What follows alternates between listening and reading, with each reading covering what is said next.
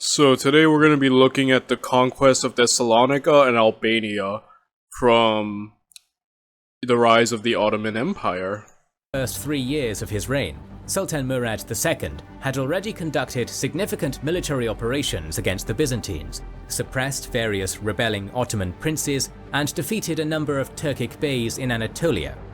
Although the local forces of the Byzantine emperor repelled the latest Ottoman siege on Constantinople, many other Byzantine settlements had fallen to the armies of Murad in quick succession. Thessaly and Nicomedia, in addition to their coastal hinterlands, were swiftly captured by the local Ottoman marcher lords, while down south, the Hexamilian Wall was breached by Ottoman raiders, resulting in the sacking of many Byzantine settlements in the Peloponnese. Okay, the video broke there for a second. Am I the only one who saw that? Okay. More worrying for the joint government of Manuel II and his son John VIII was the Ottoman siege on Thessalonica, the second largest city in the empire.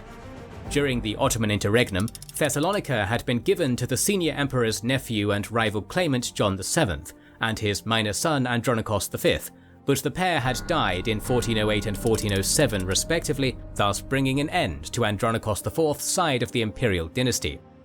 In the years after, Thessalonica was given to Manuel II's third eldest living son, Andronikos, who oversaw a lengthy period of relative peace and prosperity for the city. Nevertheless, with an Ottoman army now at his gates and lacking the resources to mount a proper defense, the Byzantine despot decided to give control of the city to the Venetians in the hopes they would repel the invaders.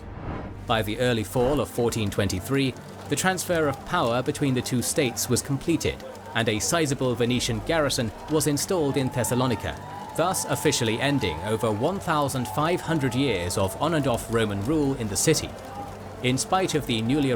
Wow. Okay, I don't want to ignore the importance of that. That's insane, quite frankly. In such a...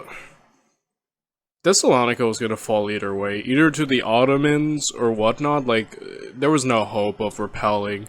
At this point, it's just like, well, at least if we're going to lose our basically independence from the Roman banner, at least let's give it to the Venetians, you know? So yeah, I guess, but I'll admit that is like such a sad thing. By the end of the series, I think we're going to see the fall of Rome, and I'm like preparing myself emotionally, because we've been through a lot with Rome on this channel. In fact, we've basically seen so much of Rome. You know, it didn't occur to me, yeah, we're gonna watch them die, but, yeah. Arrived military aid, tensions immediately rose between the local Orthodox inhabitants of the city and their new Catholic overlords, as the latter was accused by the former of curtailing their economic rights and the rights of the local Orthodox Church.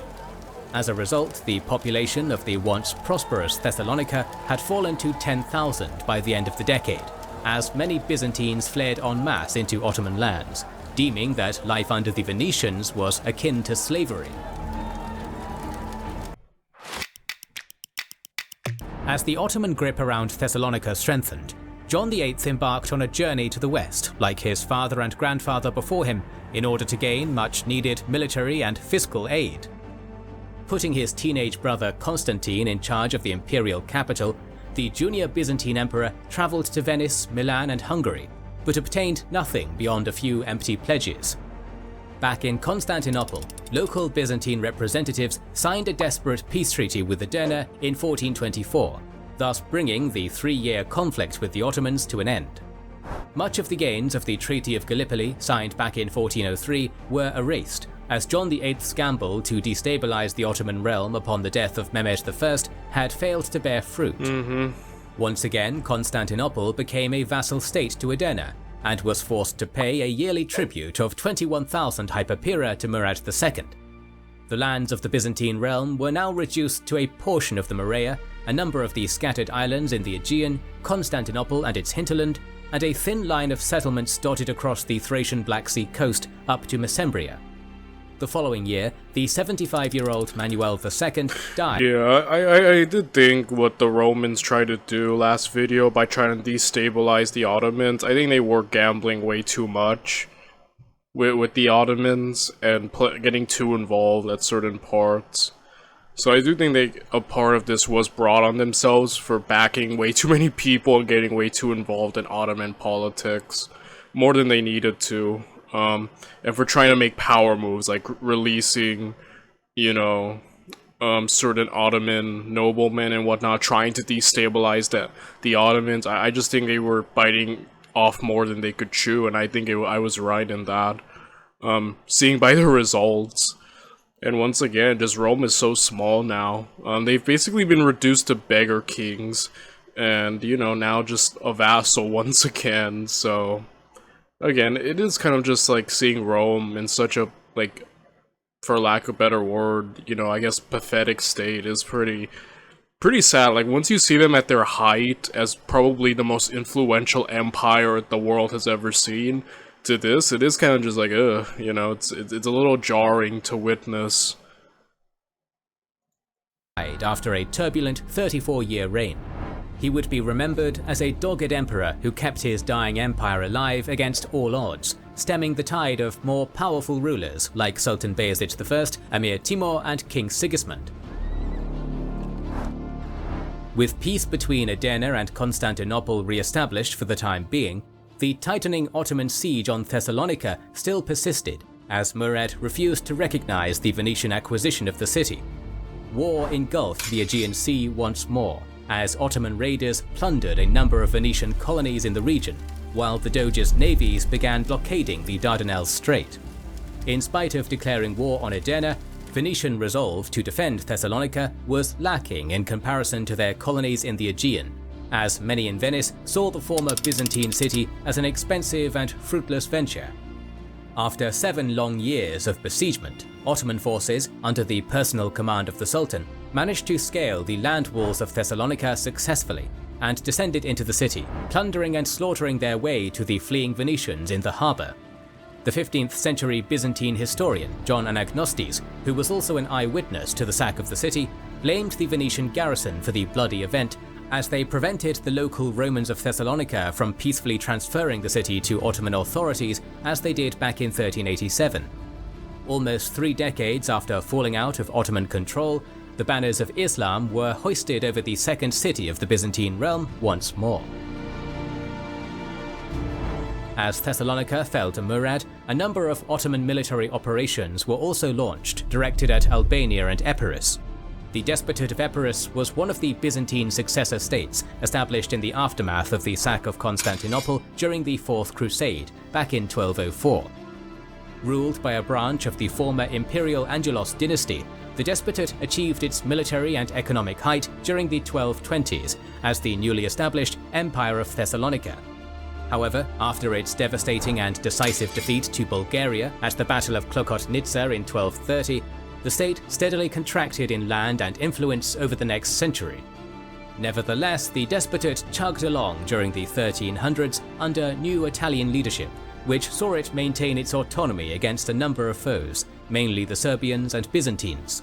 Fast forward to the 15th century, Epirus, under its new ruler, despot Carlo II Tocco, became the subject of much attraction for Edirne. After his ascension in 1429, the illegitimate cousins of the newly crowned Epirot ruler appealed to the court of Murad II for military aid in order to secure their self-proclaimed inheritance over the country. As a result, an Ottoman force struck deep into Epirus in 1430 and captured its capital Ioannina with little resistance. What resulted was a new peace being established between the various factions of the Tocco dynasty, and Carlo II continues to rule from the town of Arta as an official Ottoman vassal.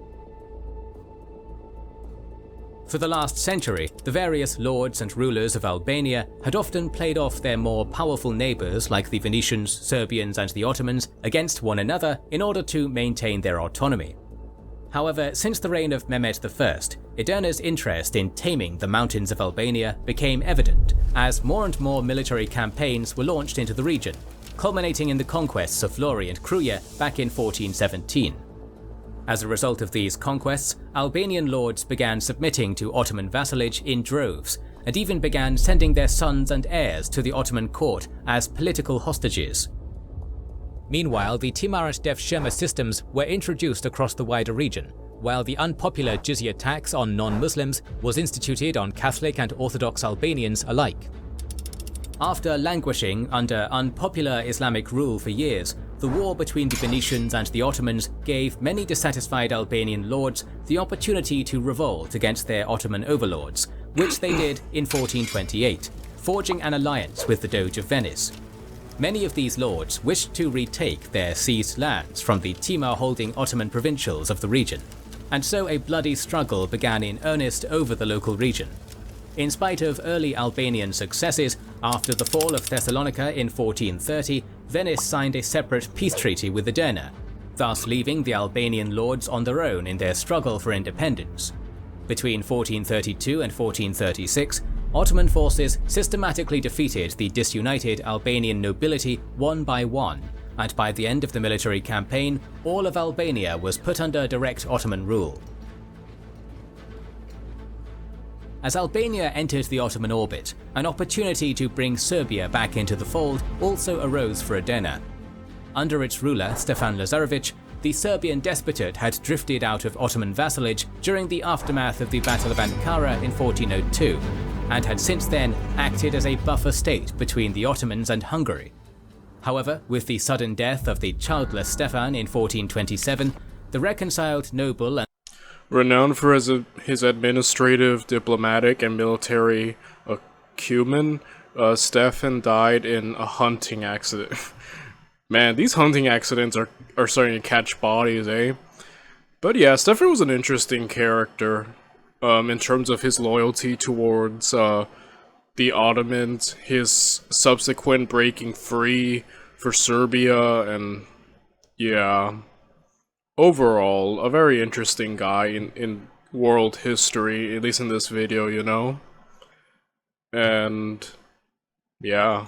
And former rebel Juraj Brankovic became the new ruler of Serbia with Hungary's political backing.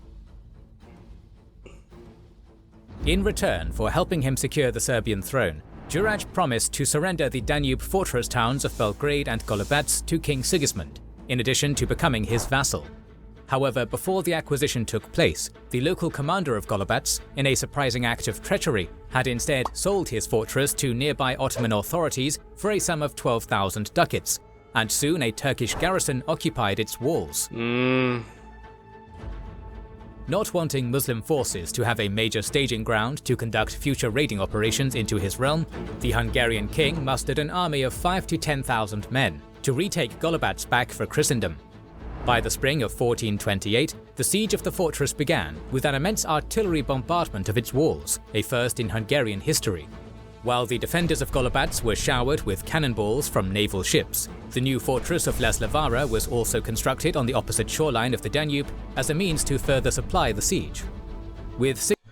Yeah, okay, I'm definitely seeing now that all this, that this move by selling this to the Ottomans is now kind of given a pretext for a war and invasion through Serbia. So yeah, it's kind of cool to see the rise of artillery though, like, you know, knowing how essential it is to later wars. It's kind of cool to see just how everyone's starting to use it now, and it's becoming more prominent in these videos. Just the advancement of technology and whatnot, you know?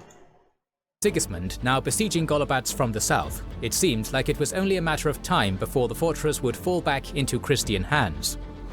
In spite of the odds, the defenders of Golubac stood their ground for multiple weeks, and before long, a relief Ottoman force, led by Murad II himself, arrived on the scene, to the shock of the besiegers. Seeing that he had lost the opportunity to seize the fortress, Sigismund concluded a temporary ceasefire with the Sultan, and began crossing his army over the Danube into friendly territory. However, during this operation, Ottoman provincial troops suddenly broke the agreement and charged at the panicked ranks of Sigismund's host, killing many in the process. During the sudden confrontation, the Hungarian king barely escaped with his life by managing to board a ship at the last second, a scene similar to the situation he faced at the Battle of Nicopolis 3 decades prior. I know, right? Like, he seems to have really bad luck with sieges, Sigismund, at least here in the Balkans, right? Like, like this has happened to him twice, caught off guard by the Ottomans while besieging a place. Yeah. Yeah, not the best luck there. My childhood was very different to my friends at school. With Golubac secured, Murad now turned his attention to Đurađ Branković's recent ascension to the Serbian throne. Seeing an opportunity to push Serbia back into Edirne's sphere of influence, the Ottoman Sultan claimed the entire country for himself, on the grounds of his grandfather's marriage to Stefan's sister, Olivera Lazarević, back in 1390. By the summer of 1428, an Ottoman army stormed into Đurađ's territories and temporarily occupied the old capital of Kruševac, thus forcing Serbia to become an Ottoman vassal once more. Lastly, wanting to consolidate his power further in Serbia, Murad also married Mara Branković, the daughter of the Serbian despot, in 1435. Not just another wallflower, Mara would become the Sultan's trusted advisor on political developments coming out of Europe for the next 2 decades. The 1420s also saw Edirne reassert its power over Wallachia against the political interferences of Buda. The principality had become a battleground for both states during the decade, which saw the pro-Ottoman ruler Radu II contest control over the country against his cousin, the pro-Hungarian Dan II.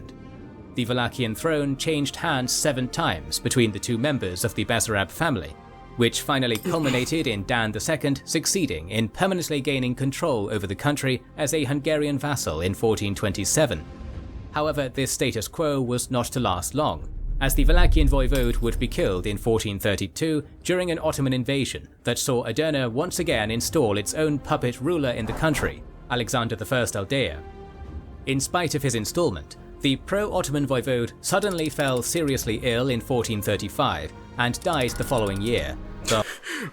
Every time we visit Wallachia, it's so wild, just everything that's going on. It's like basically like a battleground, like he said, between these 2 nations and just all their own internal strife. It's such an interesting place. Prompting his half-brother, the pro-Hungarian Vlad II Dracul, to seize the throne. Luckily for Edirne, Vlad's close relationship with Buda was to be fleeting, as in 1437, his main political backer, King Sigismund of Hungary, died at the age of 69 without a male heir to succeed him. With peasant revolts sweeping across Hungary and political turmoil engulfing Buda, the Wallachian voivode decided to reconcile with Murad II and accepted Ottoman vassalage. In order to show his loyalty to his new liege lord, Vlad II contributed his forces to a great Ottoman raiding party headed to Transylvania in 1438, which saw the sacking of many Hungarian towns, including Sebeș and Brașov. While Murad II had been focused on Ottoman military operations in the Balkans, developments from Anatolia would put Edirne into a panic, as a tremendous eastern threat once again loomed over the Sultanate. By the start of the 1430s, the Karamanid Beylik under Ibrahim II Bey had broken the general peace in Anatolia and retook the Ottoman border settlements of Akşehir and Beyşehir for his realm, in addition to launching a significant siege on Amasya. In spite of the sudden outbreak of hostilities, like with the previous Ottoman Karamanid wars of the past, Edirne's military response was a swift one, which saw it quickly retake the 2 border towns and lift the siege on Amasya with the help of the Dulkadirid Beylik. However, right as Murad's armies were going to launch a final full-scale invasion of the Karamanids, grave news from the east began trickling to the court of Murad II. Shahrukh, the youngest son of Timur and the leader of his father's former realm, had launched a major military campaign against the Karaköyünlü in eastern Anatolia and Azerbaijan. Not since the days after the Battle of Ankara had Timurid armies come so close to the Ottoman border, which put an already paranoid Edirne into a complete panic. The ruler of the Karaköyünlü, Kara Iskender, fled to Ottoman lands after being defeated by the Timurids, thus putting strains on Edirne's relations with Shahrukh. However, what followed between the Ottomans and the Timurids was to differ from their original confrontation at the start of the century. Unlike the letters of threats and war seen with Bayezid I, letters of peace and homage came out of Murad II's palace to the Timurid ruler. The Ottoman Sultan reminded the Timurid emir that he Okay. Although the central power of the Timurids declined after Timur's death, regional states continued to acknowledge their symbolic supremacy. Yeah, definitely. There's definitely, like, I've also heard that, like, after Timur died, that his realm kind of declined pretty hard, and you do see this sudden loss all right here when they originally ruled here. So yeah, it's a really interesting empire. I kind of want to learn more about later on, you know? He was still in his suzerainty, and that their realms had been at peace since the days of their late fathers. Unlike Timur, the more peace-oriented Shahrukh accepted these Ottoman peace offers and marched his armies away from the Ottoman border as a gesture of goodwill as negotiations for Kara Iskender began. Soon enough, the exiled ruler of the Karakayunlu learned of the transpiring relations between Murad and Shahrukh and fled to Azerbaijan, where he would be assassinated in 1436. Wow, that's definitely much more peaceful. Murad definitely didn't go like his father and just start trash talking. Granted, Timur and Bayezid were both trash talking each other, but it's kind of cool that they settled that more peacefully, you know. As a result of this latest diplomatic episode with the Timurids, Murad refrained from invading the Karamanid Beylik and concluded a hasty peace treaty with Konya as a means not to upset his fragile peace with Shahrukh.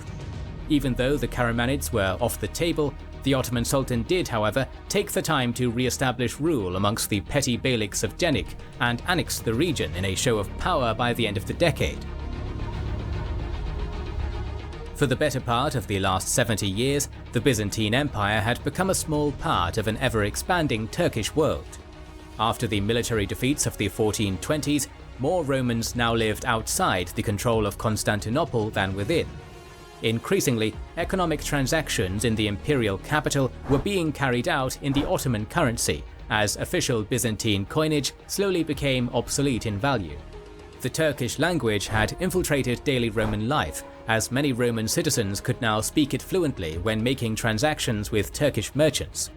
When 15th century Byzantine philosopher and theologian Gennadios Scholarios sought to clear himself from the charge of being pro-Catholic because he knew Latin, he'd responded that, by this logic, all of us are Muslims, for almost all of us use their language.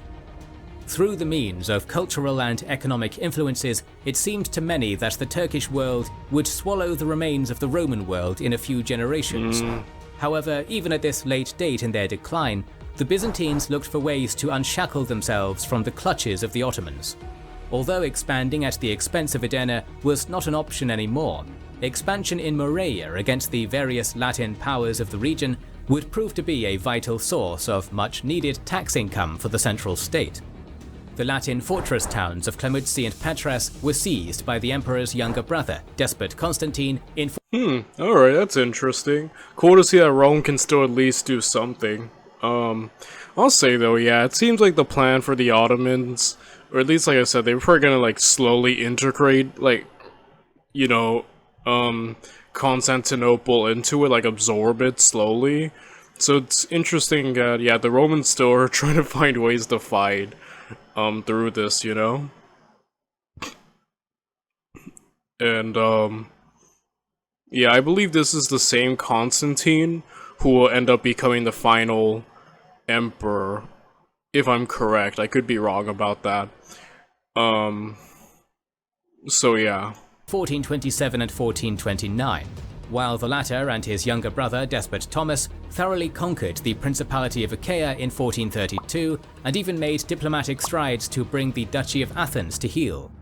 Even in spite of these surprising military victories against the Latins, a unified plan for Roman revival was non-existent, as Constantine and Thomas often skirmished against their older brother Theodore over control over Morea, as all three men became despot over the same region. Whatever the political situation in Morea, John VIII's great project during the 1430s was a push for union with Rome, in an attempt to gain much-needed military assistance against the Ottomans. Various emperors over the last 2 centuries, notably Michael VIII, John V, and Manuel II, had made significant overtures to the Pope regarding the matter, but all had failed to achieve any meaningful results. In spite of past failures, John was determined to get any military or fiscal help from the West. In November 1437, the Byzantine Emperor, his ecumenical patriarch, and hundreds of Byzantine officials sailed off to Italy to begin talks with the papacy to mend the almost 400-year-old Great Schism. The following Council of Ferrara-Florence lasted almost 2 years and saw tense debates between Catholic and Orthodox clergy regarding church doctrines, such as the topic of the use of leavened or unleavened bread during communion, Latin doctrine of purgatory, the controversy surrounding the term filioque, and papal supremacy over the Eastern churches. After some significant theological compromises and John VIII's acceptance of the supremacy of Rome, the union between the two Christian churches was re-established in 1439, to much celebration in Florence. However, like with previous attempts to appeal to the Pope, the popular reaction to the council in Constantinople was primarily adverse. Yeah, that's the thing. I also believe that, like, Constantine, the last Byzantine emperor, had straight up just, I think, joined Catholicism, and that was a great cause of unpopularity, because obviously with the schism in general, there's just so much, like, especially with religion as a whole, it is a hot topic. You know, talking about religion, talking about different religious views and whatnot, it is a cause for a lot of debate, and just like I said, it's a really hot topic, especially, like, you know, between the Orthodox and the Catholics, and just then again, you know, like, obviously what Rome is doing is they are trying their hardest to survive, and like making concessions religiously for you know, the Pope to call on crusades, essentially, or for military backing, though at the end it kind of doesn't work out at all, despite, you know, even later on, just straight up submitting to the Pope's, like, authority. Yeah, it doesn't work out. And it is funny to see the Roman Empire have to bow, in a sense, to the city of Rome. Like, there's something kind of, like, funny about that statement. Like, you know, where they originally originated from and whatnot. Like, I don't know. Many in the Byzantine capital still saw the Catholic Church as a foreign tyrannical power, and continued on with the local Orthodox practices of their ancestors, seeing the whole event as a papal coup rather than a true union between the two churches. John's gamble of unifying the Eastern and Western churches had backfired. Rather than unifying Christendom, it instead resulted in a significant schism in the Eastern Orthodox Church. The patriarchs of Alexandria, Antioch, Jerusalem, and even the Rus Orthodox Church disowned the union. Worse yet, the younger brother of the emperor, despot Demetrios of Mesembria, rebelled against Constantinople and championed himself as an anti-unionist leader with Ottoman backing. Even though the rebelling despot was defeated in 1442, much of Roman society had soured against the imperial palace, but only time would tell if the council was to bring real military or fiscal results for the Emperor of the Romans against Murad II's war machine. And we'll be looking more at that tomorrow.